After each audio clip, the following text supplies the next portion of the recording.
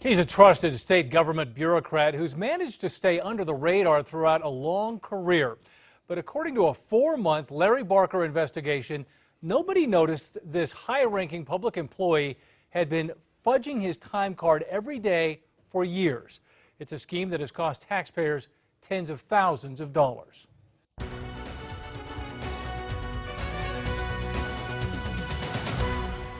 I'm very concerned. It's something that shouldn't have been done, Larry. I've not seen this before. Just when you think you've seen it all, along comes someone with a creative way to bamboozle the system. He's an unfamiliar mid-level bureaucrat working a desk job at a small office at a state healthcare agency here in Santa Fe. Mike Carrillo is Deputy HR Manager at the Aging and Long-Term Services Department.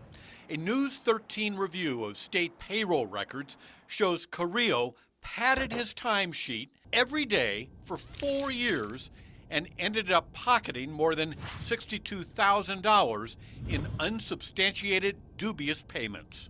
And even though every one of his time cards showed obvious red flags, nobody noticed.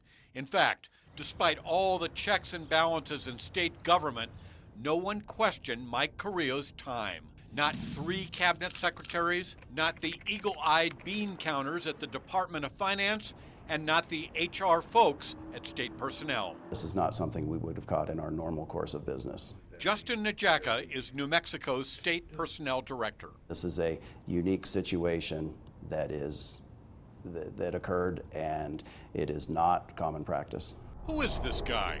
Well, after a long career at the Department of Corrections, Mike Carrillo retired in 2002 and started drawing an annual $77,000 PERA pension. But his life of leisure was short-lived. 4 years later, Mike Carrillo was back working in state government, this time as a $60,000 a year employee at the State Aging and Long-Term Services Department. And because Carrillo returned to work before the legislature prohibited double dipping, Mike Carrillo is allowed to collect his PERA retirement and his state paycheck from his new job. And even though Mike Carrillo's job at Aging is a full-time position, the newly hired HR specialist was allowed to set his own schedule. Carrillo decided he only wanted to work mornings, 4 hours a day. Sweet deal number 1. This past summer, Miles Copeland was appointed Aging and Long-Term Services Cabinet Secretary. Supposed to be a full-time employee. Was he working full-time? He was not. Why not? That's a great question, Larry, and not one that I have a great answer to. Is that a problem from your perspective?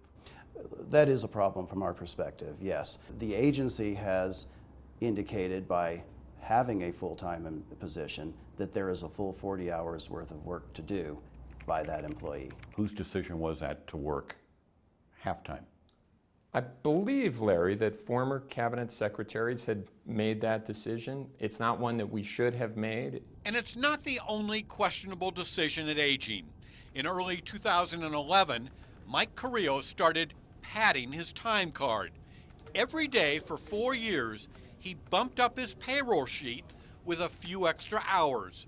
Some days it might be an hour and a half, sometimes 2, and occasionally more.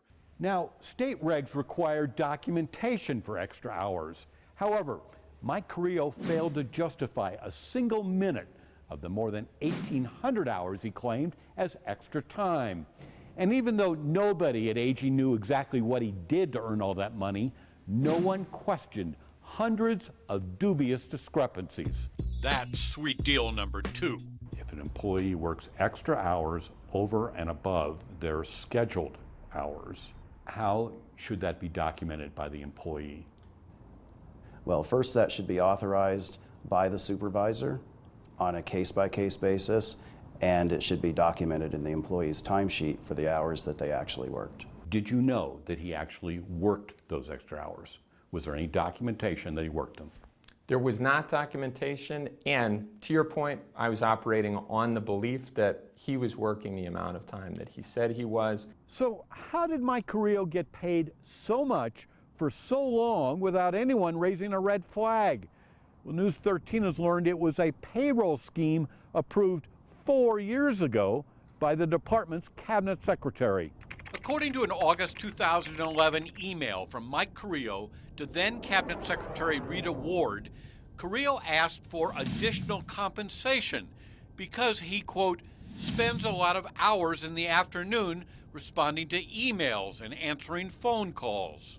Secretary Ward's response, quote, I want you to continue with these activities. With cabinet level approval, Mike Carrillo racked up tens of thousands of dollars in authorized extra hours. Over the next 4 years, Mike Carrillo's time cards were routinely approved without question by Secretaries Ward, Gino Rinaldi, and current Secretary Miles Copeland.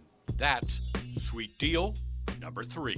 When he put in those extra hours and you signed off on his time card, did you know whether he was working hours or not? I believe that he was, but I did not know. But is that the way state government works, where you just kind of trust the employee that maybe they're working and maybe they're not?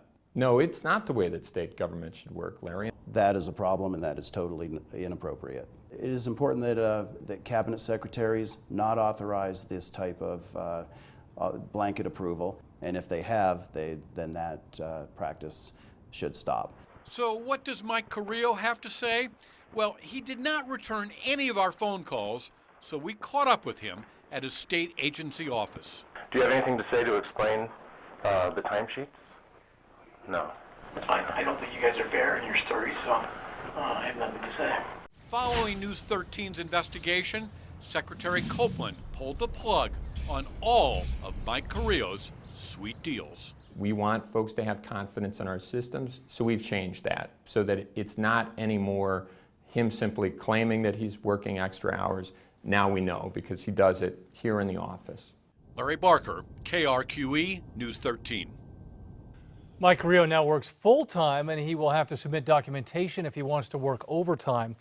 On our KRQE app, you can take a closer look at the extra hours logged over the years and the salary increase Carrillo was paid. You'll also find the full email from Cabinet Secretary Ward.